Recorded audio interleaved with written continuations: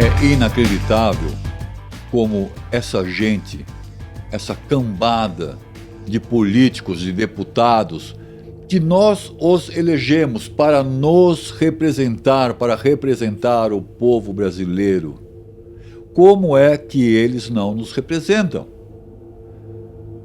O voto impresso não é um capricho.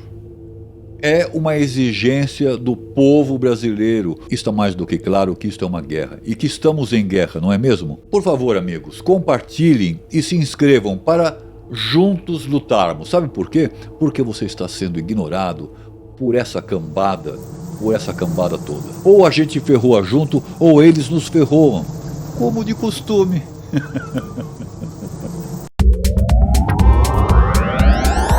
É o único canal que mete o ferrão sem dó. Voto impresso já. Cuidado, senhores deputados, cuidado para não perderem os votos bolsonaristas, que são muito. Eu estou lhes avisando. Acachapante vai ser a quantidade de deputados que não se reelegerão após votarem contra a PEC do voto impresso. Bolsonarista e outros que são a favor do voto impresso são a maioria do povo brasileiro. Vereadores, deputados, senadores, é uma falácia o que vocês dizem. Dizer que o voto impresso é voltar no tempo, voltar para o tempo dos votos de papel. Isso é mentira. O voto impresso é progresso, é modernizar as urnas, incluindo a elas o voto impresso para conferência, para olhar, para bater. Em tecnologia, nada é seguro. Nada que é feito pelo homem é seguro. Voto impresso não é capricho, é a vontade do povo. Nós estamos vendo tudo, hein? Não desafiem o poder que emana do povo. Isto não irá terminar bem. Isto não irá terminar bem. Sabe o Daniel? Aquele tal de Daniel. Ele falou o seguinte, ó. Eu tenho aqui, ó, um vídeo muito interessante sobre você. Mostrando um cassete de VHS para ele, para aquele urubu, sabe? Aí ele diz: abre essa gaveta aí, urubu. Abre essa gaveta aí cheia de rabos e diz pra essa cachorrada botar contra a PEC, senão eu rodo a baiana.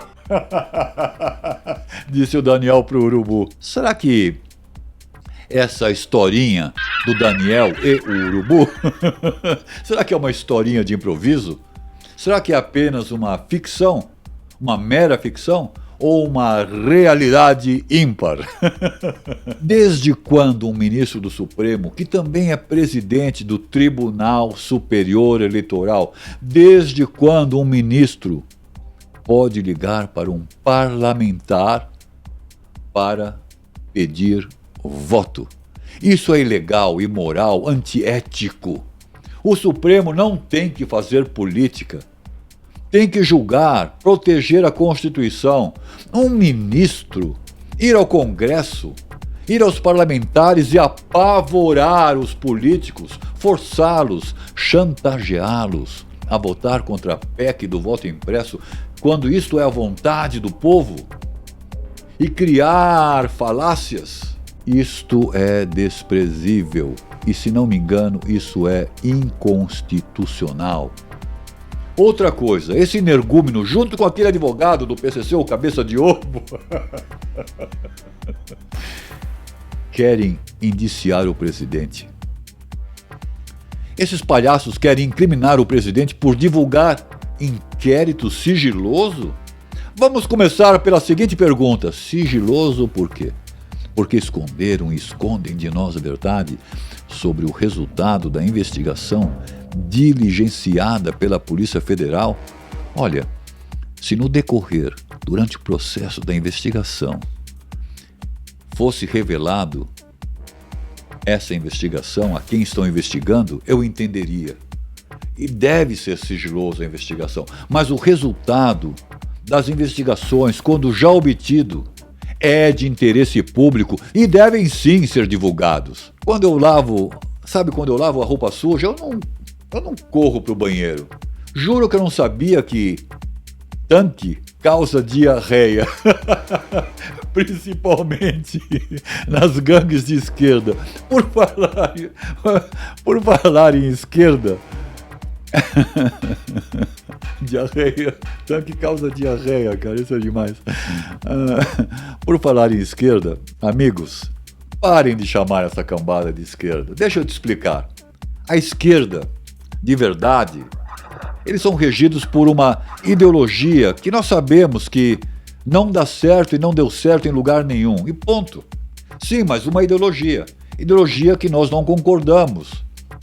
Mas essa caca que está aí, isso aí não é esquerda, isso aí é caca. Os líderes dessa caca, tipo o Daniel, o Molusco, a Amante, o Lindinho, o Poste, aqueles caras lá, os jovenzinhos do... Como é que chama aquele movimento lá? O tal do Kim.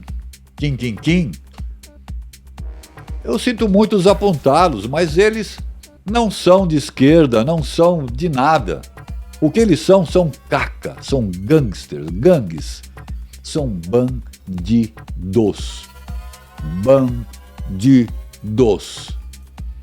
Partidos de diferentes ideologias, a gente concorda ou discorda. Mas com bandidos, saqueadores, camuflados no vestimento de partidos, vestido de políticos dentro de partidos, a gente põe essa caca, na cadeia ou manda para Cuba para se juntar com a caca de lá. Caca de lá, caca de cá.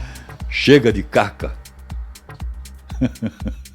Eu vou ler alguns tweets selecionados para ampliar mais os nossos comentários e podemos debater esses assuntos, ok? Vamos ver aqui o Twitter da Zivânia Bezerra. Absurdo não é o hacker passar 7 meses dentro do sistema do TSE, ela diz, sem que seja descoberto. Mas o Congresso ser tão criminoso a ponto de saber disso e não ter coragem de fazer nada a respeito? Agora imagine você descobrir que tem um ladrão dentro da sua casa, expulsá-lo e não trocar a fechadura da sua casa. Boa, Zivânia. O Max Joma diz o seguinte, hashtag verdades devem ser ditas. Hoje, 10 de agosto, a Câmara dos Deputados Federais, em atenção ao pedido de milhões de brasileiros que apoiam a manutenção da verdade e a plena democracia, aguardarão a resposta. Ou eles preferem a Orcrim, organização criminosa, ou que eles se unam ao povo brasileiro pela liberdade.